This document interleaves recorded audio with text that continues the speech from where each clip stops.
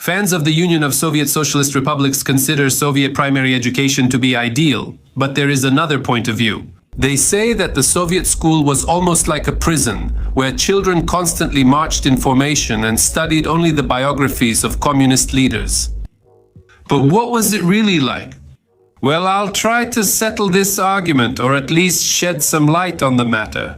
To do this, I'll talk about the Soviet teacher, a key figure in the educational process on whom the quality of education largely depended. You will learn how teachers lived and how much they earned in the Union of Soviet Socialist Republics, where and how they were trained, and whether they were really good at their profession. My name is Semyon, and I declare the How Did They Live section open. Let's begin.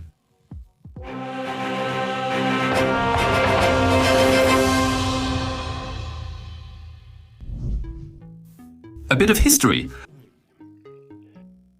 The first educational institutions appeared in Rus as early as the 10th century back then. Anyone who could read and write could become a teacher. Then, for many centuries, the church took on the task of educating the broad masses of people. However, up until modern times, the percentage of educated people was extremely small. The reason was simple. For most of the population, literacy was simply unnecessary in their daily lives. So why spend time and effort learning it? Serious changes only began during the reign of Pyotr I, who needed educated people for his reform projects. During his reign, specialized schools were opened where people were taught mathematics, navigation, engineering, and medicine. Also, dozens of elementary cipher schools began operating across the country, where students were taught the basics of arithmetic, writing, and reading. Very often, foreigners were invited to teach in Russian schools. A real revolution in school education took place during the time of Ekaterina II. Under her, subject-based teaching appeared in schools, unified start and end dates for classes, a classroom system, common teaching methods, and curricula. In other words, schools gradually began to resemble modern schools. By the end of the 18th century, there were about 550 schools operating in the Russian Empire, with 60 to 70,000 children studying there. In Russia, in the 18th century, I also want to make a small digression and clarify certain points so that you have a real picture of what was happening. This is generally very important for understanding history. Often, when we or someone else says phrases like, for example, in the times of Peter the First or Catherine II opened something there, thanks to wordplay and centuries-old propaganda, concepts are substituted. One might think that this was done thanks to them, the czars of the Russian Empire, but in reality that's not the case. In fact, it was not thanks to them, but rather in spite of them. The fact is that progress did not stand still, and education in Europe was developing by leaps and bounds, while the inhabitants of the Russian Empire were always lagging behind, because the rulers did not want to do anything for the people. But there came a moment of some change that was already inevitable. Otherwise, a state in which no changes occurred would fall so far behind its neighbors that it would cease to exist altogether. And all these changes could only be made by the czars and no one else. But it sounds as if this is their achievement, as if they gave something to the people. So please don't confuse these concepts. This is a very important aspect of every person's education. Well, I'll continue further. In 1802, under Emperor Alexander I, the Ministry of Education was established. Its goal was to provide universal education to the Tsar's subjects, except, of course, for the serfs. In 1804, elementary schools began to be established at church parishes, where mainly peasant children studied. In large cities, gymnasiums began to open, where the priority was the humanities. At the same time, the first Teachers' Institute opened in Petersburg, which trained personnel for the country's secondary and higher educational institutions. In 1834, all university professors, district school and gymnasium teachers, as well as private tutors, were given the same status as civil service ranks. Teachers received their first rank according to their education. University graduates were considered the most qualified and immediately received a rank of the 12th to 8th class. Graduates of teachers' institutes and gymnasium classes were considered less prestigious. Even lower were the teachers' seminaries and schools, whose graduates had to work for a couple more years before receiving their first rank.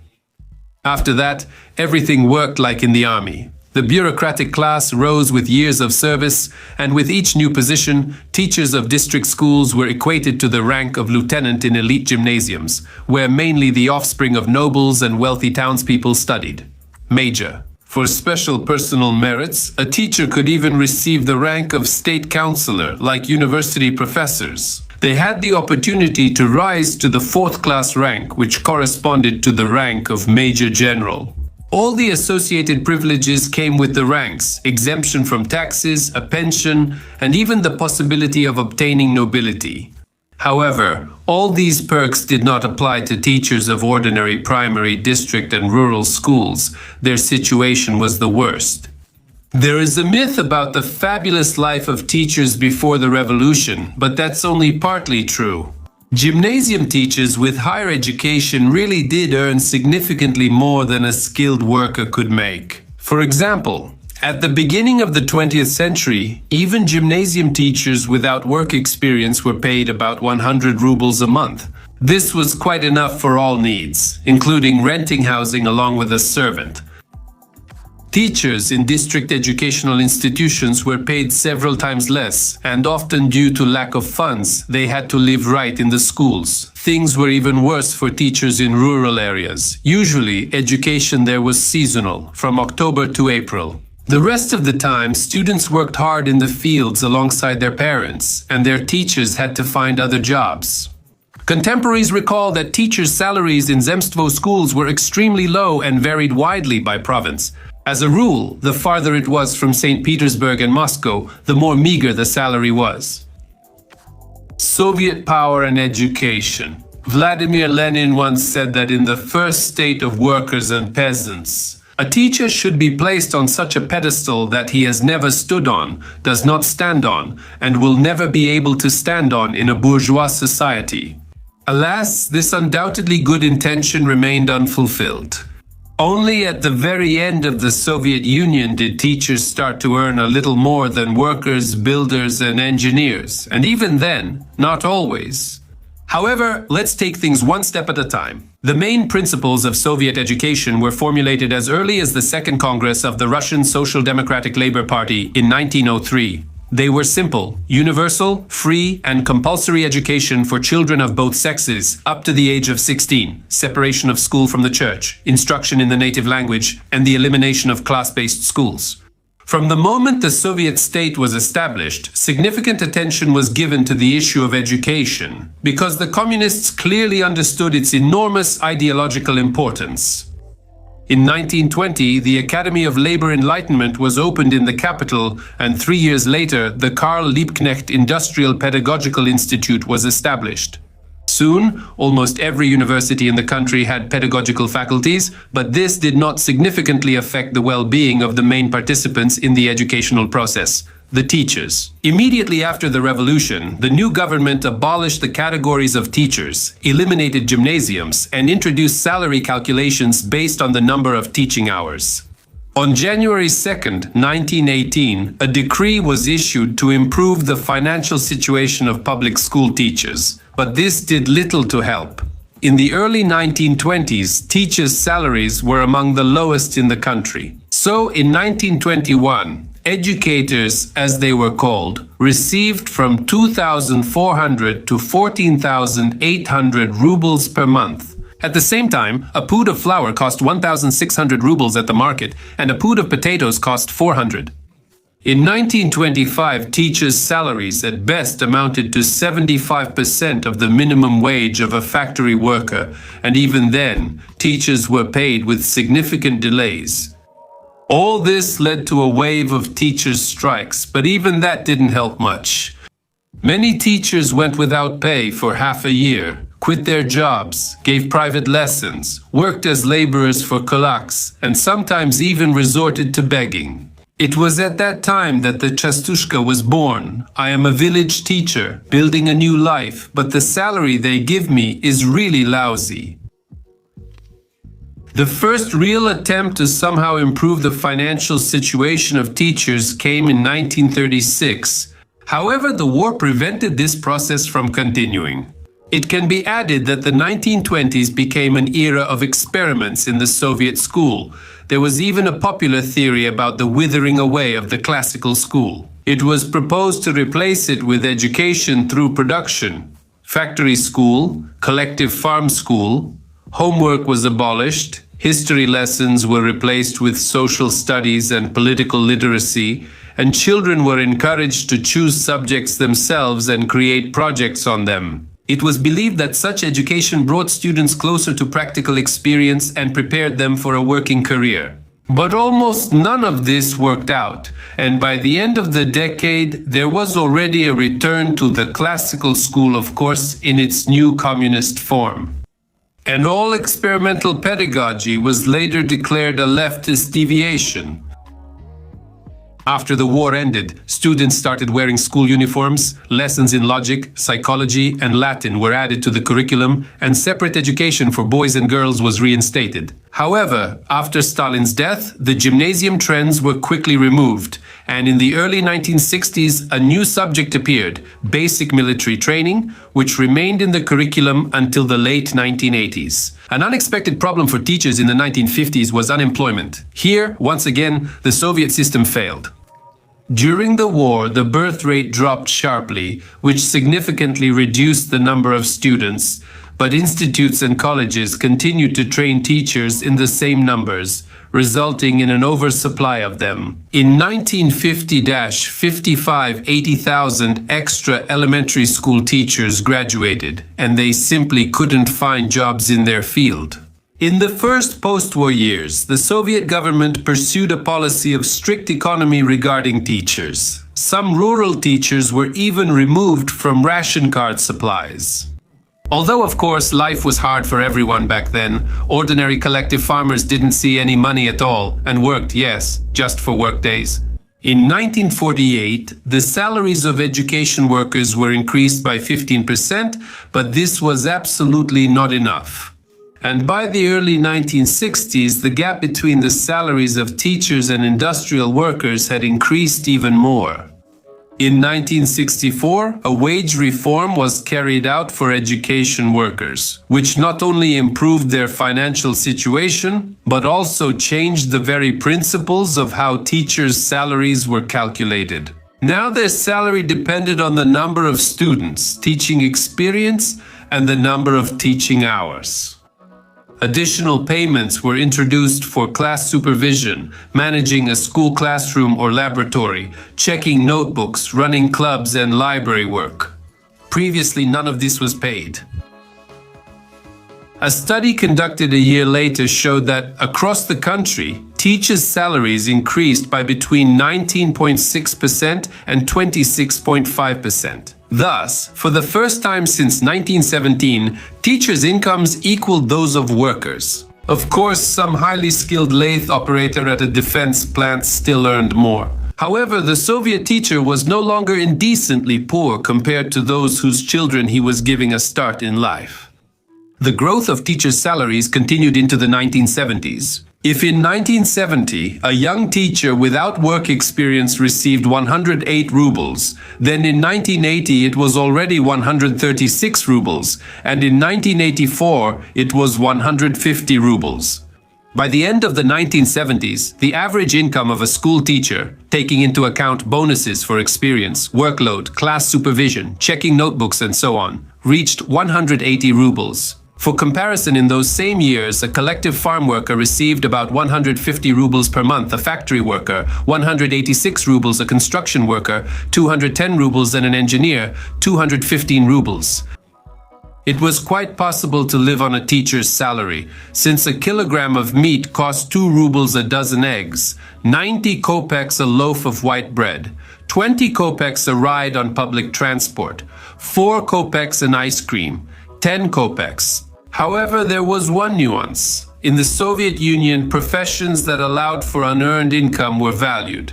In other words, stealing, taking bribes, or just moonlighting. Obviously, the teaching profession didn't belong to those, because what could a teacher steal at work? Maybe just some chalk. In this regard, working as a cook in a school cafeteria was much more prestigious, because there you could steal food from the children. The irony is that some people still have this terrible mentality even to this day. The miserable financial support for teachers had two sad results, the consequences of which we are still dealing with to this day. First, the inability to support a family on a teacher's salary made this profession almost exclusively female. Men did not go to teacher training institutes. In Soviet schools, at most, they held positions as physical education teachers, shop teachers, or basic military training instructors, and all other subjects were usually taught by women. Second, constantly living in poverty did not make a person purer or better. On the contrary, it usually made them bitter and caused them to hate the work they were doing. That's what happened in this case as well. We have received numerous complaints that parents of Soviet children wrote about their teachers, complaining about rudeness, insults, and a careless attitude toward teaching children. However, as a rule, such violations went unpunished for teachers. At worst, they would receive a reprimand. Teachers in the Union of Soviet Socialist Republics were rarely fired, only for some really serious offenses, because it was not so easy to find a replacement for them. Soviet teachers had their own golden age. However, it did not last long. At the beginning of 1984, the new General Secretary of the Communist Party of the Soviet Union Central Committee, Konstantin Chernenko, who was himself a teacher by education, initiated another reform of school education. It affected all aspects of the educational process, including teachers' salaries. They increased sharply. Young teachers began to receive from 250 rubles, and experienced teachers up to 370-400 rubles per month. For the late Union of Soviet Socialist Republics, this was quite a decent amount of money, enough to buy a television or a refrigerator and still feed a family, for a whole month. At that time, a worker earned an average of 210 rubles, a collective farmer 180, and a construction worker 240. However, the good times didn't last long, because the Soviet Union was already living out its final years. However, during this short period, teachers had the highest income level in the entire history of the Union of Soviet Socialist Republics. Was Soviet education really that good? If you believe Soviet movies, then schools in the Union of Soviet Socialist Republics were simply the perfect place to gain knowledge. Smiling students, intelligent teachers, spacious and bright classrooms. In reality, things were far from that simple. The Soviet school was a place of strict discipline and enforced conformity. The student had no right to speak up, and no one cared about his opinion. Children aged 6 or 7 were dressed in strict uniforms, assigned a specific seat in the classroom, taught to march in formation, and were instilled with the idea that that lady over there was the Tsar, God, and your main boss. For arguing with her, you could get quite a severe punishment. Even just to go to the bathroom, a student had to raise their hand and explain why and where they were going.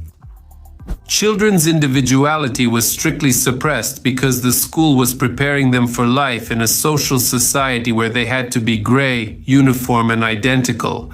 That's why there were those cliched sayings like, "The teacher is always right," or "The bell is only for teachers." A clear example of this is the practice of correcting left-handed children, which existed in Soviet schools up until the early 1990s. Various methods were used to retrain left-handed children. For example, their left hand could be tied to the desk, their fingers could be bandaged, or they could simply be hit on the hand if the student tried to pick up chalk or a pen with it. This was often accompanied by bullying and ridicule of the child. You might wonder, what's the problem if a child writes with a different hand?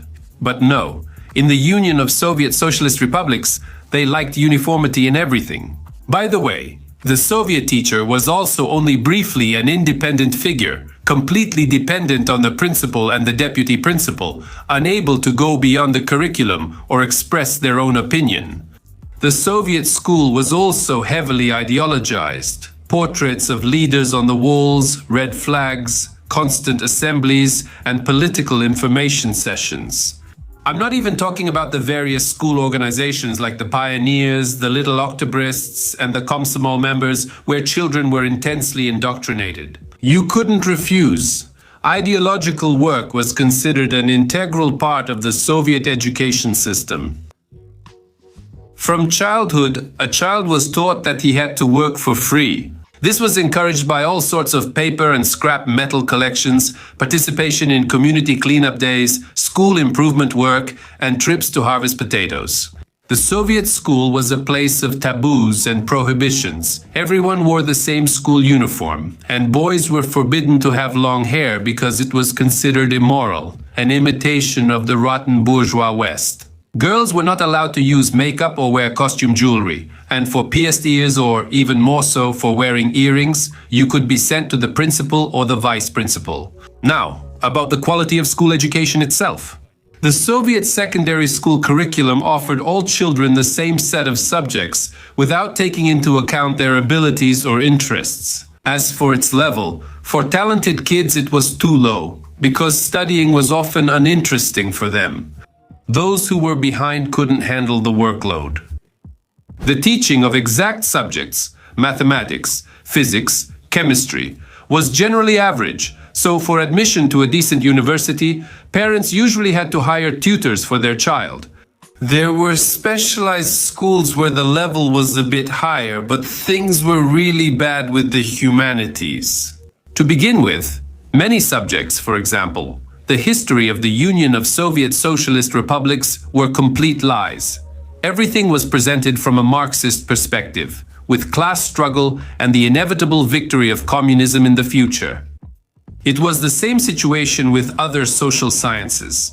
In literature studies, the focus was on studying the classics, Dostoevsky, Pushkin, Tolstoy, and recommended Soviet authors. Children studied Malaya Zemlya but never heard anything about Camus, Russell, or Sartre. Things were really bad in Soviet schools when it came to learning foreign languages. Of course, they were taught, but the results were zero. And why would a Soviet citizen need foreign languages anyway? He didn't travel abroad, didn't read books in the original, and didn't communicate with foreigners. For those who really wanted to study languages, there were special schools, after which children usually entered the foreign languages department of some university. The quality of education was especially poor in the Soviet provinces, where the teaching staff was weak, schools lacked sufficient resources, and the general sense of depression deprived children of any desire to study. A few words in conclusion. The Soviet school was the product of a grand communist experiment with all the resulting consequences. It trained cogs for the system, not independent creative individuals. The task of the Soviet school was to weed out the disobedient and promote those who were convenient for the authorities, sycophants and conformists. Unfortunately, in the decades since the collapse of the Union of Soviet Socialist Republics, the situation has only gotten worse. After all, a fundamental overhaul of the education system never actually happened. Today, it's still Soviet-style education, just with miserable funding. If this issue isn't resolved in the coming years, there's a risk of being left on the sidelines of the civilized world. That's all I have. See you in the next episode. Bye.